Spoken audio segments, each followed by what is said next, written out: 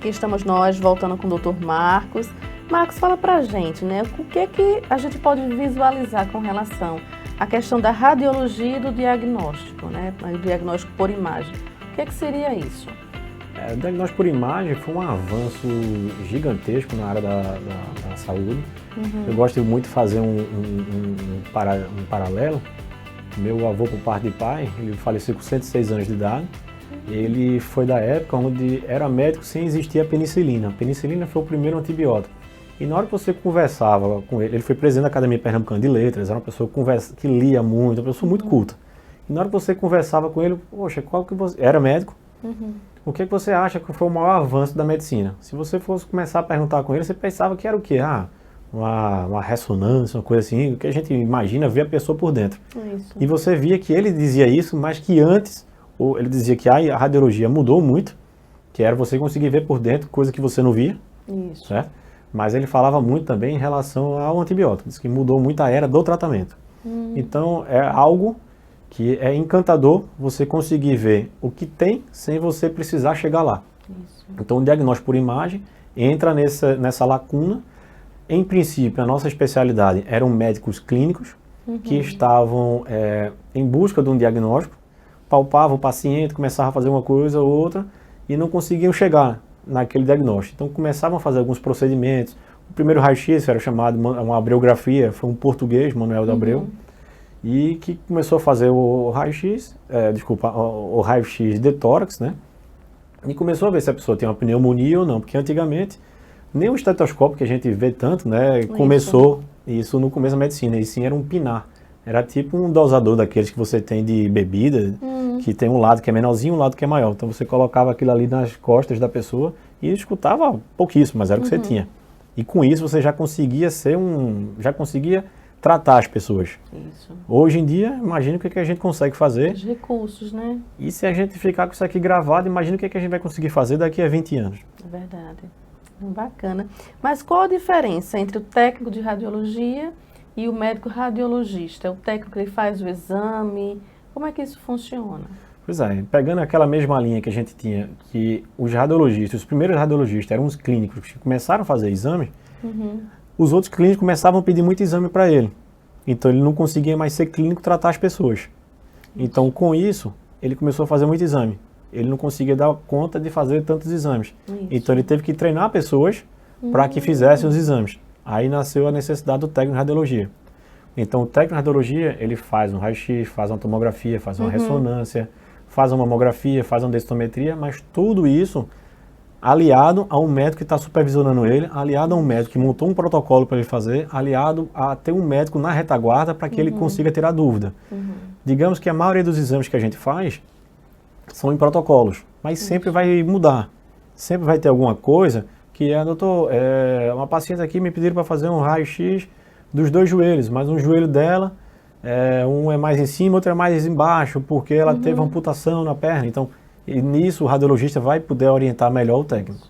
Para que possa ter uma qualidade melhor desse exame, para um diagnóstico bem mais preciso. Isso, e deixando bem claro também, na minha residência, na minha formação que eu fiz, aprendi muito com os técnicos de radiologia. Tem uma pessoa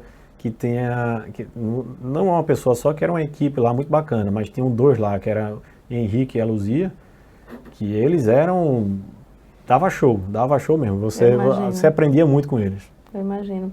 E nesse tempo de pandemia, né, como é que o Lucílio Maranhão visualizou essa questão, né, desses afastamentos, esse período, né, que a gente está em dificuldades com relação a essa reaproximação, essa reabertura da clínica? Como vocês lidaram com esse processo de pandemia?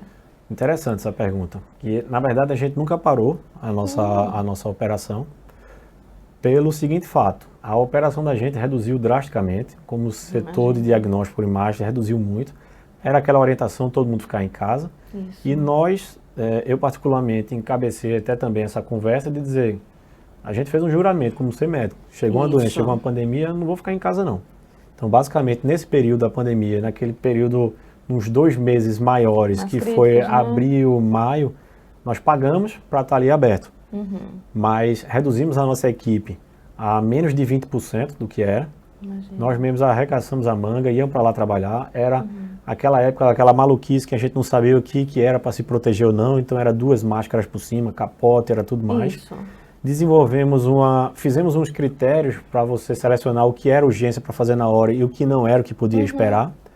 Criamos umas novas vias de acesso, por exemplo. A gente sabia que ia chegar as pessoas fazendo tomografia por conta do Covid. Criamos um drive-thru, onde o paciente vem de carro, tem um acesso especial para chegar na nossa sala de tomografia e de ressonância. No caso da tomografia em relação ao Covid, o paciente dava menos de 6 passos, já estava dentro da sala. Antes dele chegar, ele já ligava para a gente, tinha um contato pelo WhatsApp.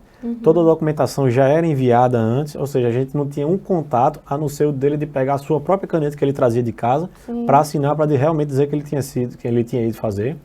Ele fazia seu exame, e que uma tomografia de tórax sem contraste não leva nem 2 minutos para ser feita. Então ele fazia em menos de 6 passos, ele entrava, saía, só tinha contato com uma pessoa nossa que estava altamente paramentada, depois fazia aquela limpeza na sala, com a equipe de limpeza, saía, e em menos de 1 hora ele já tinha o resultado dele no nosso sistema, que ele visualizava pela internet, sistema web, tanto ele como o médico solicitante dele para que pudessem tratar. Então a gente deu essa nossa contribuição. E uma coisa interessante para comentar sobre isso também é que a gente viu que caiu muito o número de quantidade de exames diagnósticos, exames de screening que a gente faz. E com isso a gente viu que nessa reabertura vamos chamar de reabertura da economia, né? Mas digamos, na hora que a gente voltou a sair de casa, está chegando muita doença maluca, muito câncer assim, estranho, que não era habitual, entendeu? Então, certamente, afetou muito a cabeça. O Covid é importante, nós temos que ter cuidado. É uma nova era, hoje é Covid, amanhã vai ser outro vírus, outro agente etiológico. Mas o que é mais importante e o que a gente nunca vai poder deixar de fazer é esquecer de tomar conta da nossa cabeça. Então é importantíssimo, vamos ficar em casa, agora vamos ler, vamos lavar a casa, vamos arrumar o que fazer. Não dá pra gente ficar pensando que o Covid vai bater na porta da casa da gente, vai entrar e que a gente vai morrer. Estar mais próximo da família, ter mais tempo para conversar, isso. Né? Assistir um bom filme, ler um bom livro, ouvir uma música. Isso. Enfim, há possibilidades, né, dentro dessa pandemia ou qualquer uma outra situação, porventura delicada que possa vir, mas o importante é como você mesmo colocou, né, a gente ter realmente essa preocupação, porque é a nossa cabeça quem conduz, né, todo o nosso corpo. E como é que você vê essa utilização desses recursos, dessas ferramentas que vocês têm hoje na clínica Lucílio Maranhão, como sendo uma ponte, um suporte, né, para essa avaliação precisa para o paciente? Você vê que realmente é importante, que vocês têm realmente dar esse suporte para o paciente? O que você poderia nos falar com relação a isso? É muito importante, né? A gente viu um tipo de doença, uma diverticulite. Diverticulite, a gente tem uns saquinhos que ficam no intestino, que aquilo ali pode acumular algum restozinho de comida, uma bactéria, e vai lá e tem uma inflamação. A depender do grau dela, a depender da dor, a pessoa vai para um hospital para fazer o tratamento.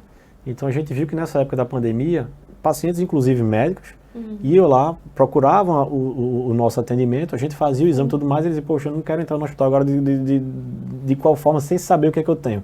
Então, com isso, a gente conseguiu fazer, digamos, no mínimo uma triagem, para a pessoa só ir para o hospital realmente, se o exame, se o que a gente tivesse feito, tinha dado realmente positivo. Então, aquela suspeita, eu vou para o hospital para ver se eu estou com apendicite. Nessa época deu uma parada, porque as pessoas iam para um lugar fora do ambiente hospitalar para realmente saber se tinha apendicite. Se tinha apendicite, ia para o hospital. Nossa tecnologia, onde é que ajudou muito isso? Onde é que encurtou esse caminho? Antigamente você fazia seu exame, depois voltava para pegar seu resultado. Hoje em dia você com seus exames disponíveis pela internet, tanto para o seu médico solicitante, quanto para você como paciente, como para o radiologista que deu o laudo, ou seja, esses 3 atores da cadeia têm que conversar entre si para poder dar mais resolutividade para o paciente. Então o paciente fazia, resultado aqui, deu positivo aqui, que é um apendicite. Então com isso ele já ligava para o médico dele, o médico já conseguia ver, já programava a equipe, poxa, esse apendicite aqui tá com coleção, tá sem coleção, um abscesso. Está com isso, ou seja, isso vai impactar se a cirurgia é mais simples, se é mais rápida, ele vai conseguir dimensionar a equipe para ter menos tempo dentro do hospital. Então foi muito bacana nesse sentido. E na realidade, esse médico radiologista, ele consegue visualizar qualquer área do corpo? De que forma acontecem essas avaliações? Em princípio, sim. Todo radiologista ele sai da sua residência, da sua formação, sabendo visualizar tudo. Porém, com o tempo, cada um vai se direcionando mais para uma área específica. Sim. Minha mãe e minha irmã, por exemplo, Norma e Beatriz Maranhão, elas são especialistas na área da mama. Então, elas fazem tudo da área da mama. Bacana. Não quer dizer que não saibam fazer mais as outras. Agora, certamente, o conhecimento mais, né? que ela tem ali não tem como comparar com os outros generalistas. Nem elas conseguem acompanhar tanto os generalistas todos que eles sabem fazer tudo. Bacana. E de uma certa forma, nessa prática diária, né, com esse volume de pacientes sendo atendidos, né, termina dando para elas uma condição de investigação maior, melhor, mais precisa. Então, quanto isso vem agregando, né, na Clínica Lucílio Maranhão. Que bom, né? A gente vai para um espaço onde a gente pode dispor, né, de uma variedade de exames, pode sair, como você mesmo colocou anteriormente, né? Entra, marca, faz o exame no dia só, tem uma possibilidade de repente realizar todos no mesmo dia, né? Aproveitando esse procedimento, desses preparatórios para se realizar esse exame. Então, quanto isso vem agregando para a gente enquanto paciente, né? E para vocês também dar essa condição de um mapeamento melhor, dar uma possibilidade para o paciente. Mas aí para esse agendamento, o que é feito? É por telefone, pelo site, presencial? Nós damos prioridade para os atendimentos que não sejam presenciais. A gente também agenda presencialmente, mas o nosso pedido para a população é que faça de formas não presenciais. Então a gente dispõe de WhatsApp, nós dispomos de atendimento pelo site e nós dispomos também pelo nosso call center. Nosso site, se eu puder falar, nosso site é luciliomaranhão.com.br. Nosso central do atendimento call center é 3092-6700 e nas redes sociais são Lucílio Maranhão Diagnósticos. Então, com isso, você tem acesso aos nossos canais. No site tem o telefone também do nosso WhatsApp e tem também um link onde direciona para o nosso WhatsApp. Assim como também no nosso site tem um link para você resgatar seus resultados, onde tem tanto as imagens quanto o laudo e que você consegue fazer esse link com o seu médico. Bacana. Eu gostaria que você deixasse uma mensagem aí, doutor Marcos, para os nossos telespectadores. Que bom. Primeiramente, mais uma vez, agradecer ao convite de vocês. Segundo, cuidem bem da cabeça de vocês. É muito importante. Achem alguma motivação, algum objetivo de vida. E quem quiser conversar mais, pode me procurar. Tem as redes sociais da clínica. A minha particular é Marcos Miranda Filho. Em Instagram, LinkedIn. E vamos conversando. Eu acho que a conversa, você ter um alinhamento, é salutar para todo mundo crescer e você ter cada vez mais um ambiente, uma comunidade melhor. Ok. Antes de encerrar a entrevista, eu gostaria de passar para tuas mãos uma lembrança da Gráfica do Parque. Obrigado. Ok. A Gráfica do Parque fica na Rua do Futuro, 680, Loja 1, Graças. Fone 3426-9508. Agradecemos também a Data em Computadores, 18 anos conectando você com o mundo. Acompanhe-nos através do nosso blog, revistagoodpe.com.br, Instagram Goodpe TV, YouTube Goodpe Comunicação, Facebook Revista Goodpe, Twitter Revista Goodpe e o LinkedIn Pedro Vidal. Tenham todos uma boa semana e voltamos a nos encontrar em mais um programa Good Pernambuco.